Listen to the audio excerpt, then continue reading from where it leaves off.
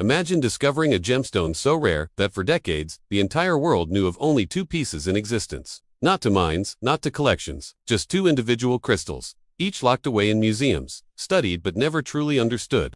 For more than 50 years, scientists argued over where it came from, how it formed, and whether it should even exist at all. Some quietly wondered if it was a geological accident, something nature created once and would never repeat. This is the story of Painite, the gemstone that baffled scientists for half a century. The story begins in 1951, in what is now Myanmar, a region already famous for producing some of the world's finest rubies and sapphires. A British mineralogist named Arthur Charles Davy Payne was examining gemstones from the area when one particular crystal caught his attention. At first glance, it looked unremarkable, but something about it felt wrong. It didn't behave like a ruby. It wasn't spinel. Its optical properties didn't match anything familiar. Payne suspected he was looking at something unusual, so he sent the stone off for further testing. When the results came back, they stunned the scientific community. The crystal wasn't a variation of a known mineral. It wasn't an impurity or a freak mutation.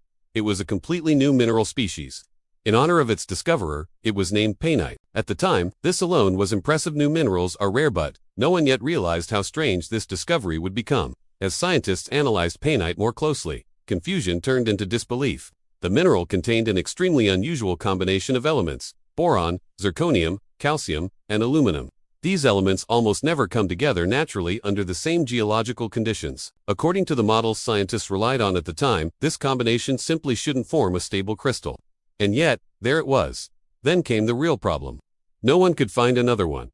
Years passed, then decades. Geologists searched gemstone-rich regions, collectors examined thousands of stones, museums compared samples. Painite never appeared again. By the 1960s and 1970s, only two verified Painite crystals were known to exist, one in the British Museum and one in the Smithsonian Institution. That was it. Painite wasn't just rare, it was practically mythical.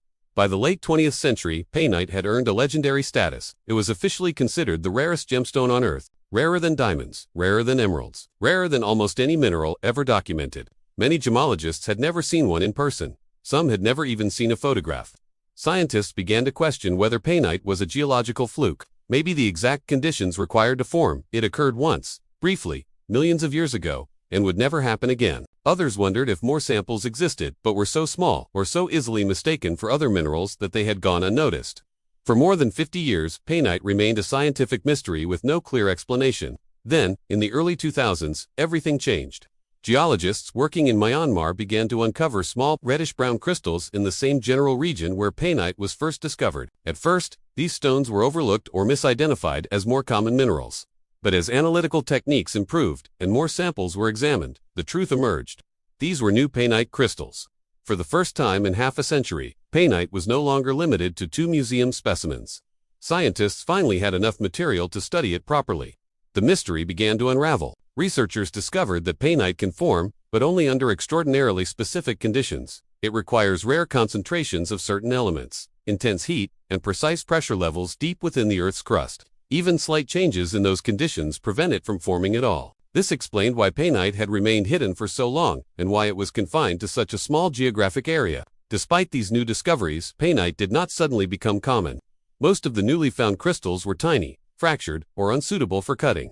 Gem-quality specimens remained incredibly scarce. Even today, only a small number of Painite stones have ever been faceted. When Painite is cut and polished, it's unlike almost any other gemstone. Most stones appear in deep reddish-brown, burnt orange, or dark red hues, sometimes with subtle flashes of light that seem to glow from within. It's not flashy like a diamond or brightly colored like an emerald.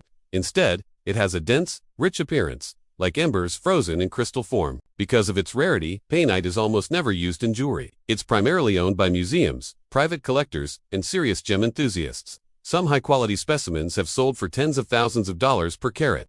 Not because of widespread demand, but because of the sheer improbability of owning one at all. But Painite's importance goes beyond its price tag. For decades, scientists believed that certain chemical combinations simply could not form stable minerals in nature. Painite proved them wrong. It forced researchers to rethink assumptions about how minerals form and reminded them that Earth's geology is far more complex than our models suggest. Painite also serves as a reminder that discovery doesn't always look dramatic. Sometimes it doesn't involve explosions, expeditions, or breakthroughs announced to the world. Sometimes a mystery sits quietly in a museum drawer for 50 years, waiting for science to catch up.